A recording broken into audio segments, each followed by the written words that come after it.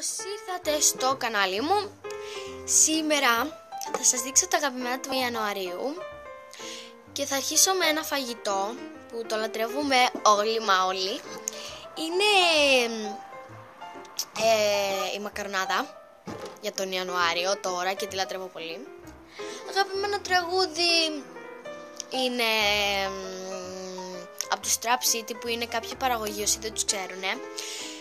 Και παίρνουν, θα σας πω ένα παράδειγμα τους, παίρνουν ένα τραγούδι αγγλικό, το κάνουν αυτοί, το επεξεργάζουν στον υπολογιστή και το αλλάζουν τελείως.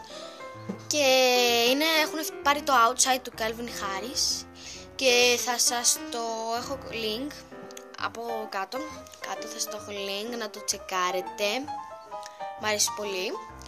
Καλλιτικό για φέτος είναι από τα Bears και ένα Gloss. Ήταν κάτω από 3 ευρώ. Τώρα να σας δείξω την απόχρωσή του.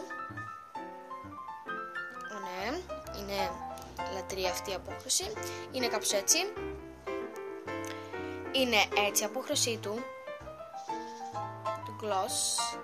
Είναι πολύ ωραίο Gloss, έχει ροδαλόχρωμα και μονιδετώνει πολύ το χείλος, πιστεύω, για μένα. Τραγουδιστής και αγαπημένο του τραγούδι για φέτος ήταν ο Calvin Harris και το αγαπημένο μου τραγούδι του ήταν το Summer, που πιστεύω όλοι το λατρεύουμε.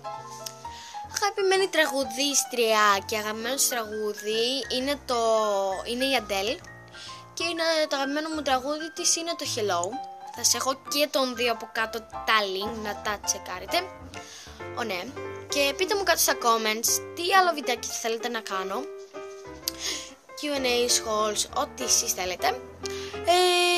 Εγώ, πώς το λένε, γράψτε μου και κάτω. Εγώ θα διαβάσω τα comments σας και θα δω την πλειοψηφία, ποιοι θέλουν περισσότερο αυτό ή το άλλο. Ναι, αυτά, παραδείγματος χάρη. Πείτε μου, θα ενδιαφερόμουν να μου πείτε κάτω στα comments ποια είναι τα αγαπημένα δικά σας του Ιανουαρίου. Αυτό ήταν το βιντεάκι. Like, subscribe, εγγραφή για να κάνω περισσότερα βίντεο. Αυτό ήταν το βιντεάκι μας. Θα τα πούμε στο επόμενο βιντεάκι. Φιλάκια πολλά!